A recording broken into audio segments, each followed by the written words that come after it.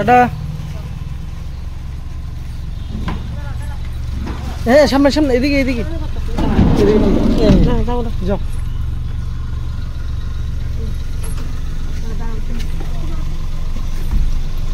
আস্তে।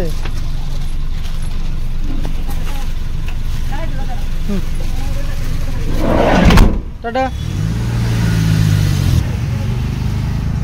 রাম রাম বন্ধুরা, আজকে আমার একটা নতুন ব্লগে সবাইকে স্বাগতম।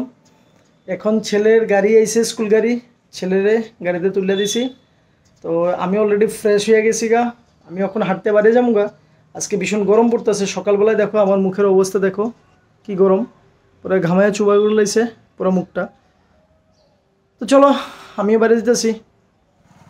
রোদ্র উঠতে গেলে মজা লাগে না হাঁটতে, তারপরে এখানে তো ছায়া আছে, হাঁটতেছি ছায়ার মধ্যে, কিন্তু আজকে অতিরিক্ত গরম পড়ছিল।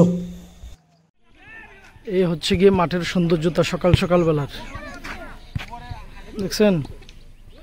এদিক দিয়ে ক্রিকেট খেলে, এদিক দিয়ে খেলে ফুটবল, দেখেন মানুষে এখান থেকে একটা টিম উঠতে গেছে ক্রিকেটের,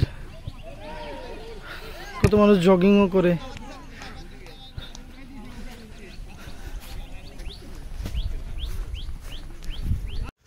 এখন আস্তে আস্তে নিজে ইমপ্রুভ করতেছি। এখন হাঁটার পরে সকালবেলা ডেলি এই মাঠটার চেষ্টা করি একবার বা দুইবার, মানে পুরোটা দৌড়ে কমপ্লিট করার লেগে। আগে 10 থেকে 12 কিলোমিটার ডেলি রানিং করতাম। ডাক্তার সার্জারির পর থেকে মানা করে দিছে যে আপাতত রানিং করার দরকার নাই, তুমি হাঁটো, সাঁতার করো। তো আমি আজকে প্রায় 2 বছর হয়ে গেছে গা। তো আমি কি করবো, আমি তখন বাড়াইতে লাগবো, নিজের ইমিউনিটি বুস্ট করতে লাগবো। তাই আমি ডেলি চেষ্টা করি একটু হাঁটতে, রানিং করে। ফ্যামিলিরে নিয়ে ঘুরতে গেলাম আগরতলা সায়েন্স সিটি, যেটা সিদ্ধি আশ্রমে অবস্থিত।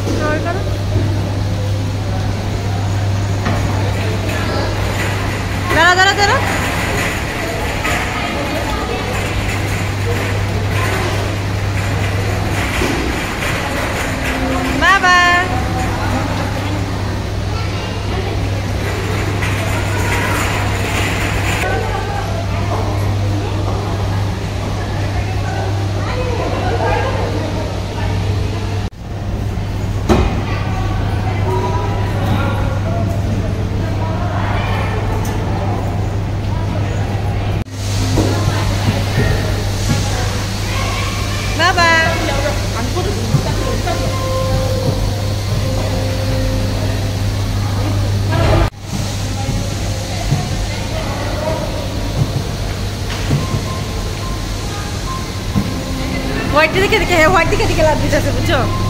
হোয়াইট খালি হোয়াইট খুঁজে পাচ্ছে না, আর হোয়াইট নাই।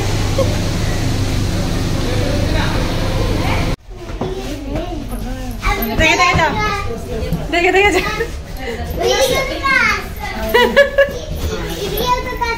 দাদা খুঁজে হয় না তো।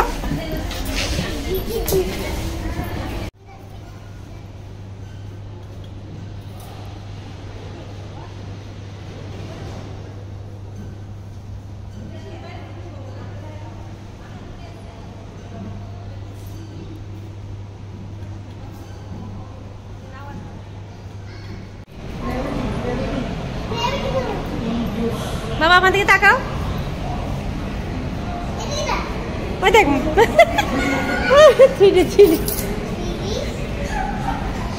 বাটারফ্লাই দেখেছি।